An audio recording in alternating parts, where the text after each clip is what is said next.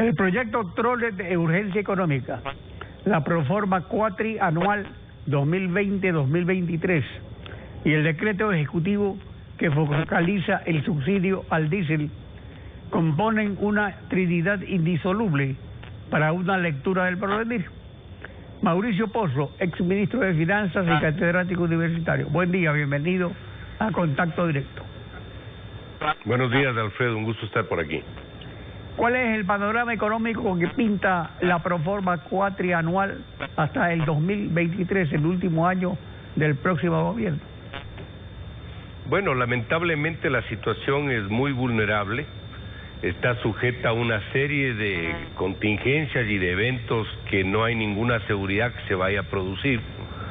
Por decirle, está puesto en la proforma para el año 2020 un concepto de subsidios de aproximadamente 700 millones.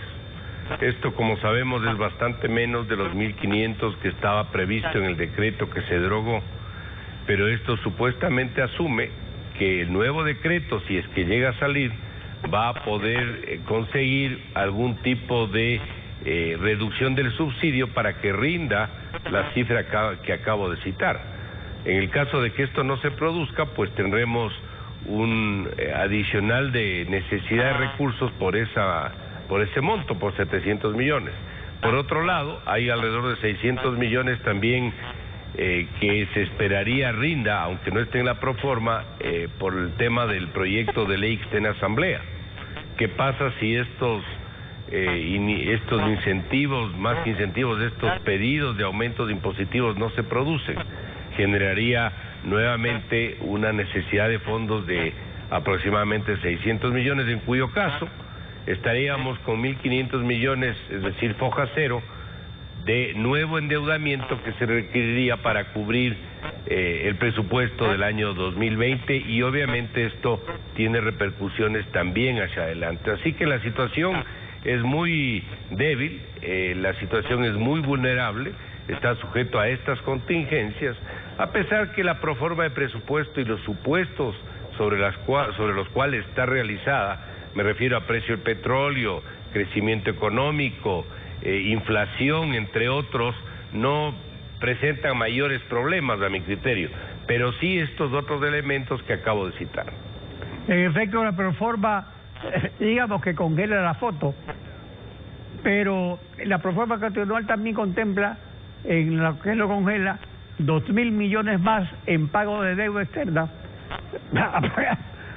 perdón, y por ingresos petroleros 33 millones menos al final del cuatrienio. O sea, esto sería resultado de seguirse endeudando, que es el único marco que se heredó sin renegociar la deuda con China. Si usted no va a poder reducir los subsidios en el monto que se estimó, si no va a poder incrementar ingresos por tributos porque no tiene los votos en la asamblea, lo que va a pasar es que o deja de pagar cierto tipo de obligaciones, lo cual es complicado, o se endeuda en una cantidad equivalente. Es decir, el proceso de endeudamiento, a mi criterio, va a continuar, va a seguir, además con otros conceptos que es importante anotar. Fíjese que está incorporado el ingreso de concesiones para los presupuestos siguientes y para el 2020 también. El ingreso por concesiones, a pesar de que legalmente se lo pueda poner, que técnicamente no puede ser considerado como un ingreso permanente, porque no se lo vaya a poder recibir año a año, sino porque es un imponderable. No sabemos si se va a poder concesionar, no sabemos cuánto se va a poder concesionar, no sabemos los montos reales y en qué tiempo se va a poder recibir esos recursos. Por lo tanto, también incorpora otra variable de difícil certidumbre, y por lo tanto le genera otra adicional suerte de duda de cómo se va a poder cubrir el presupuesto de los años subsiguientes. Además, hay otro elemento que no quiero olvidarme. Fíjese que el ingreso tributario está atado al nivel de actividad económica.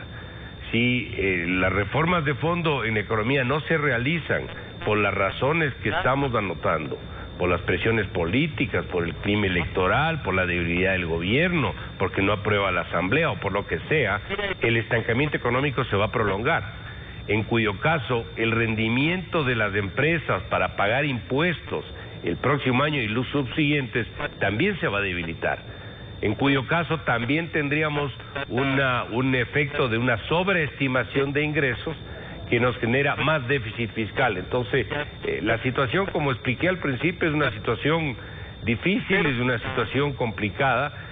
Probablemente lo que va a terminar ocurriendo con todo esto es que por la propia debilidad de la situación, por el ambiente político en que estamos, tengamos que optar por endeudarnos un poco más. El gobierno probablemente busque flotar hasta que la siguiente administración, el siguiente gobierno, con fuerza política de un gobierno que inicia funciones, pueda tomar los correctivos estructurales que requiere la economía ecuatoriana. En definitiva, el panorama es incierto. La propuesta de la CONAIE, que se suma a esta incertidumbre, al proyecto urgente, incluye la reducción de 2 puntos del IVA. El economista Pablo Dávalos, asesor de la CONAIE, la fundamentó así. Escuchemos. El IVA es un impuesto a la transacción. En economía, a medida que disminuyes el precio de un bien o de un servicio, aumenta la cantidad demandada. Pongo un ejemplo: un trabajador que gana $500 y que tiene que comprar bienes y servicios grabados con 12% de IVA, su ingreso real sobre $500, si paga $60 al 12% de IVA, es de 440. Pero si se disminuye el IVA, digamos, a un 10%, su ingreso real sube de 440 a 450, por lo tanto suben sus transacciones. Al subir sus transacciones, suben el número de transacciones que pagan el impuesto. Entonces, paradójicamente, no es que disminuyendo el IVA se disminuye la capacidad de recaudación del Estado, sino que se incrementa. Esta tendencia de sugerir rebajas de impuestos o disminuciones en varios aspectos para aumentar el consumo, se opina que va a generar más ingresos. Por otro lado, porque pone o deja más dinero en el bolsillo de los consumidores. ¿Estaré de acuerdo con una propuesta de ese tipo, que no solamente la hace la CONAIE, sino también el economista Marcos Flores?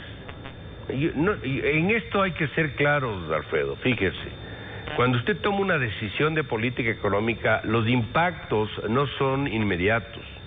Si usted quiere buscar reactivar la economía, donde todos podemos estar de acuerdo, y esto va a generar un pago mayor de impuestos porque la economía crece, esto no se va a dar de manera inmediata, no se va a dar de manera simultánea. Hasta tanto usted tiene que ver cómo cubre esta falta de ingresos, en este caso fiscales. En este ejemplo, usted tendría, por ejemplo, que ante no recibir inmediatamente un ingreso tributario porque bajó un impuesto como el IVA, va a tener que endeudarse afuera. Eso debilita las cuentas externas y compromete el ingreso por intereses y capital hacia adelante en el presupuesto del Estado. Primer tema. Segundo tema, la gente no es que, y los empresarios y las empresas y las familias, no es que no demandan porque el IVA está muy alto. El IVA como tasa es de las más bajas de la región. Yo tampoco estoy de acuerdo que suban el IVA.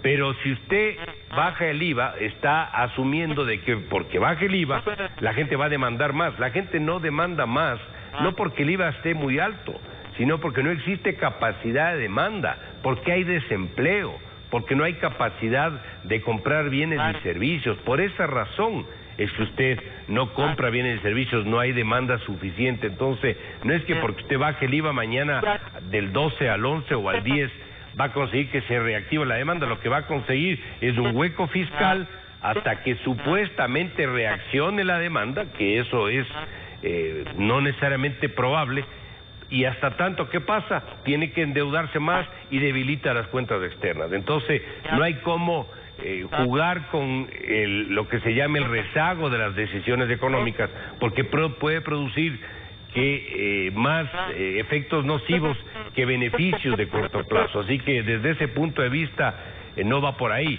Yo creería que el tema impositivo se puede ir reduciendo en el tiempo en otros conceptos, como el impuesto a la salida de divisas, que sí se lo puede ir reduciendo de manera gradual el tema arancelario, que efectivamente duplica el promedio de, al menos de los países vecinos, entre otros. Se prevé un aumento de aranceles incluso al final del cuatrienio. O sea, actualmente se ha comenzado a reducir aranceles, pero parece que luego se prevé un aumento de aranceles en ciertas áreas. Esto no tiene mayor base, Alfredo, por varias razones. Primero, porque esa no es ni la tendencia ni el proceso que se ha venido siguiendo. En segundo lugar, porque recuerde que estamos entrando en procesos de acuerdos de comercio, por ejemplo con la Alianza del Pacífico. Ahí hay todo un proceso de desgravación arancelaria adicional. Esto no tiene sentido. Además, hay otro punto que es bien importante. Parte del problema de actividad económica es que el costo de producción es muy alto, y parte del costo de producción son los bienes importados, materias primas o bienes de capital, resultado de aranceles también elevados. Así que subir impuestos, a mi criterio, por la vía arancelaria no va a resolver nada. Mauricio Pozo, gracias por acompañarnos en Contacto Directo.